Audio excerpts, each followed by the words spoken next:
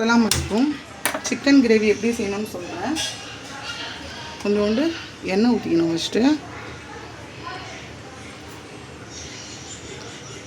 ஒரு எண்ணெய் ஊற்றிட்டேன்.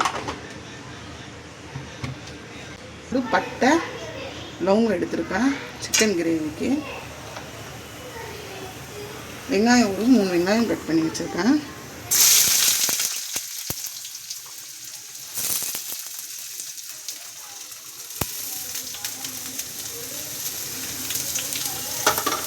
உப்பு எடுத்து வச்சுருக்கேன் பாருங்கள். நான் தேவையான அளவு உப்பு. இப்போ உப்பு போட்டிருக்கனால கலந்துக்கணும்.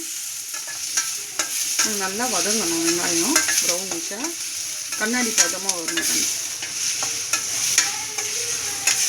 பாருங்கள், நல்லா வதக்கிட்டேன். இப்போ வந்து தக்காளி போடணும். இங்கே பாருங்கள், தக்காளி 2 தக்காளி கட் பண்ணி வச்சுருக்கேன்.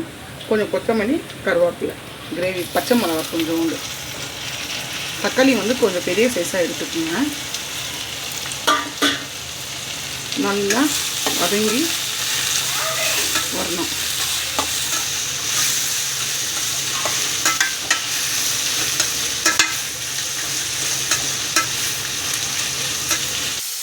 பாருங்கள், நல்லா வதங்கிடுச்சு. பாருங்கள், நல்லா வதங்கிடுச்சு.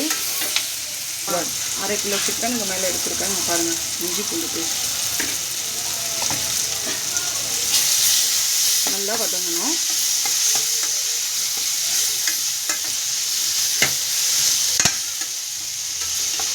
நல்லா ஸ்மெல்லு வரும். இஞ்சி பூண்டு பேஸ்ட்டு போட்டோங்க. இப்போ சிக்கன் கழுவி வச்சுருக்கேன். அது இஞ்சி பூண்டு பேஸ்ட்டு போட்டுருக்கேன். அதில் ஆட் பண்ணிக்கணும்.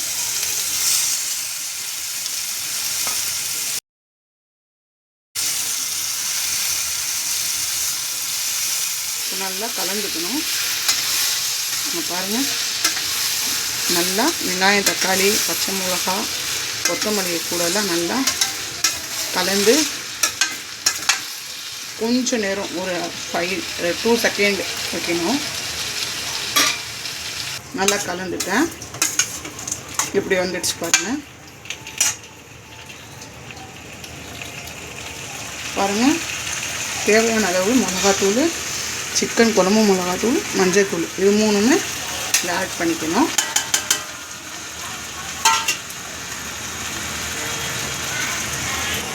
கலந்துக்கிறேன் பாருங்கள்.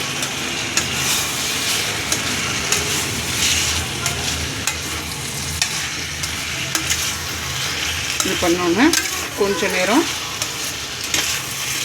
அப்படியே இருக்கட்டும். நல்லா கலந்து வச்சு பாருங்கள். மிளகாத்தூள், மஞ்சள் தூள், உப்பு முன்னாடியே வெங்காயத்தையே போட்டேன். கொஞ்சோண்டு தண்ணி பாருங்கள், கொஞ்சோண்டு தண்ணி ஊற்றி கிரேவி பண்ணுறேன் நான். நல்லா கலந்து கொதிக்க விட்டால் சிக்கன் கிரேவி ரெடி. கொஞ்சோண்டு இப்போ நான் இறக்கும் போது கருவேப்பிலை போடுவேன். நல்லா கொச்சோன்னா உப்பு, காரம் எல்லாம் கரெக்டாக இருக்கான்னு பார்த்துக்கணும். நான் பார்க்குறேன் பாருங்கள், எல்லாம் கரெக்டாக இருக்குது. எதுவும் போட தேவையில்லை. நான் சொன்ன அளவு மட்டும் போட்டால் கரெக்டாக இருக்கும். குழம்பு கிரேவி ரெடி ஆகிடும்.